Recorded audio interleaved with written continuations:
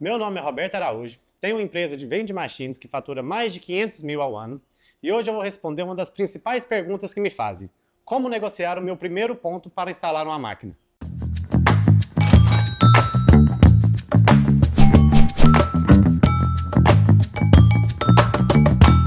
Bom, hoje eu vou trazer diversas estratégias que a gente deve abordar para negociar o ponto de colocar uma máquina. Vamos lá. Principalmente, a gente tem que entender do negócio. O que é o negócio de vending machine, qual é a proposta dele e o que ele vai trazer de benefício para o estabelecimento e para você. O que a gente busca sempre como um empreendedor, o empresário das vending machines é lucratividade, dinheiro no bolso, rentabilidade, mas maior do que isso, o que a gente procura? Agregar valor a algum local, levar uma facilidade, atender uma necessidade. Então, como que a gente pode fazer isso com as vending machines? As vending machines são máquinas autônomas de venda automática que você consegue colocá-las em qualquer ambiente. Então, a gente vai procurar pontos que tenham pessoas que tenham alguma necessidade para fazer um lanche, para tomar alguma bebida, ou que tenham um tempo de ócio, um tempo de espera naquele ambiente. A vending machine ela vai servir ali como algo de grande valor para o estabelecimento. Vamos pensar vários estabelecimentos: hospitais, universidades, salão de beleza, academia. O que esses pontos têm em comum? Tem um fluxo de pessoas, tem um certo tempo de ócio e pessoas com algum tipo de necessidade, seja alimentícia, seja de bebida. Então, o que a gente visa com isso? Agregar aquele estabelecimento e unir aqueles pilares que eu falei inicialmente: a necessidade do local com a nossa necessidade, com a necessidade de um cliente. Então isso tem que estar bem firme. O que é importante nas vending machines você levar para algum estabelecimento que você veja potencial de consumo? A máquina, ela vai gerar um grande valor para o estabelecimento. As pessoas pensam que vão ter que pagar um aluguel para colocar a sua máquina em algum estabelecimento. Mas é o contrário. Quando você leva a visão correta da máquina para o local, essa visão muda, porque você está levando um valor meio que gratuitamente para o local, sem ele perceber. Um hospital que não tem lanchonete, ele vai ter uma série de funcionários, uma série de pacientes, e uma rotatividade grande de pessoas e que não tem ao certo o tempo que aquela pessoa vai ficar ali. Então a máquina, ela num pequeno espaço, você consegue ofertar toda essa facilidade, seja para o funcionário, com um sanduíche natural, com uma Coca-Cola, com água com gás, seja para o paciente que está ali naquele estabelecimento e ele enxerga aquilo ali como um benefício para ele. É um benefício que o hospital está levando para ele, sendo que ele ali está naquele tempo de espera, naquela situação um pouco constrangedora. E no final é bom para a gente porque vai ter o consumo dos produtos que a gente está ofertando ali. Então vamos pensar em outro cenário. Uma academia. Uma academia, eu tenho as pessoas que frequentam a academia e elas estão enjoadas do whey protein que elas tomam. As pessoas estão enjoadas do sabor daquele whey protein e querem diversificar o produto que elas vão ingerir de proteína, enfim.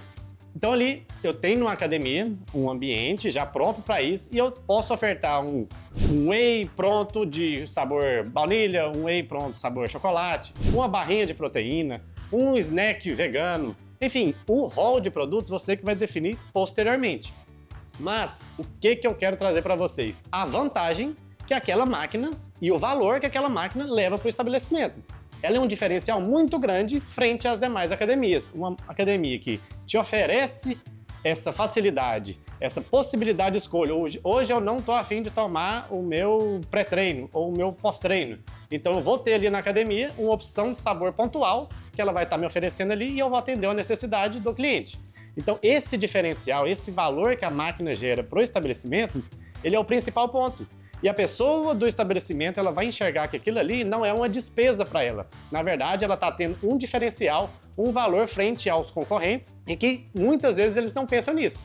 Então, o importante é você levar esse valor que a máquina oferece para o estabelecimento. Vamos para outro ponto, um salão de beleza. Salão de beleza, esse para mim é um exemplo fantástico. Ele não tem um fluxo tão alto como o da universidade, de um pronto-socorro, de uma estação de metrô, mas veja bem o valor que isso gera para as pessoas que estão ali no estabelecimento. Geralmente o público de salão são mulheres que ficam um longo período no salão de beleza para arrumar o cabelo, para fazer unha, isso nos diversos dias da semana. Essas pessoas estão lá elas não levam lanche, elas não têm uma fonte de bebida, uma fonte de alimentação, um docinho que seja ali, para conseguir passar aquele longo período no salão de beleza, se arrumando, se embelezando para algum tipo de evento ou para o dia a dia mesmo. Então você coloca uma máquina dessa num salão de beleza. Olha o valor que isso gera para o estabelecimento. Você pega um público de nível A, por exemplo. Ah, não, hoje eu vou me arrumar, mas eu sei que lá, se eu tiver fome, posso comer um docinho, posso beber uma água com gás, posso tomar um refrigerante, um energético, um sanduíche natural que seja. Então, esse olhar é o principal que você tem que ter, e essa facilidade de levar isso para o proprietário do estabelecimento, ou para o diretor, para o gerente, seja quem for que tenha te buscado ou que você vai levar essa demanda, ele tem que enxergar. Então, esse diferencial é o principal e o valor que a máquina pode gerar e trazer para o estabelecimento. A partir daí, vem a negociação de valores. Tem locais que não vão te cobrar nada, tem locais que vão pedir uma porcentagem porque eles pensam muito no gasto que uma vending machine tem. E qual que é o gasto hoje? Então, a gente quebra algum mito, a gente quebra um mito aí que tem das máquinas, que essas máquinas podem consumir muita energia. Ah, o que é a máquina é como se fosse um freezer? Não. Ela é uma geladeira fechada, então ela consome muito pouco. Essa informação você pode pedir pro fabricante da máquina. Ele vai te trazer essa informação. Uma dessa aqui mesmo que está ao meu lado, ela consome cerca de 50, 60 reais ao mês de energia. Então, esse é um mito que às vezes as pessoas têm, ou uma barreira, algum dificultador que as pessoas pensam que essa máquina pode estar gerando para o estabelecimento. Agora, para um segundinho e dê o like aqui, que fazendo isso você me ajuda a alcançar mais pessoas com esses conteúdos. Então, esses custos básicos, você já quebra de cara, porque não é algo que vai consumir o local. Pelo contrário, ele vai oferecer algo muito maior do que eles imaginam inicialmente. Então, vamos lá.